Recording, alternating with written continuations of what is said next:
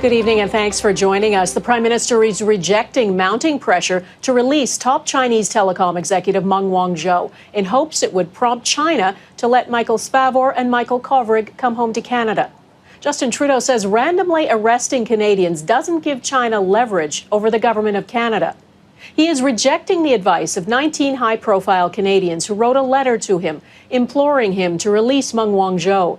The signatories include a former Supreme Court justice, former Liberal and Conservative foreign affairs ministers, a former justice minister, a former NDP leader, and former diplomats. It says the Minister of Justice has the legal authority to act now in the extradition process of Meng Wanzhou. And it says we contend the time is past due for the minister to do just that, to end the Meng proceeding and to bring the two Michaels home. It says not only are their lives at stake, Canada's foreign policy is also being held hostage.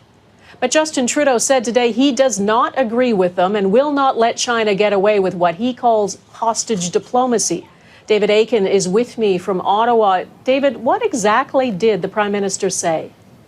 Well, Trudeau was clearly aware of the pedigree of the group that signed that letter, but he was having none of their arguments. I respect the distinguished Canadians who put forward that letter, but I deeply disagree with them.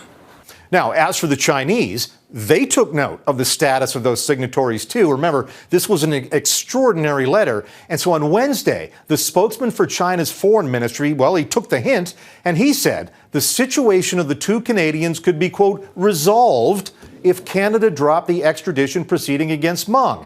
So that is the first time a senior Chinese official has essentially admitted that China is holding the two Michaels hostage and would barter them for Meng's release.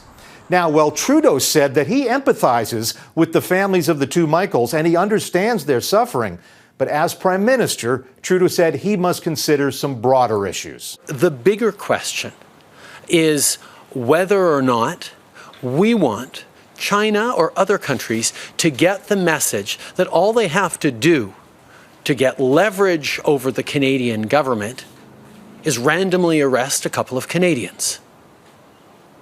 That not only puts Canadians in difficulty now, but puts them in difficulty and in danger in the coming years. Now, Trudeau said his government intends to make it, quote, crystal clear that Canada has an independent court system and that those legal processes will proceed free of any political pressure, including from foreign governments. Donna? David Akin in Ottawa, thanks.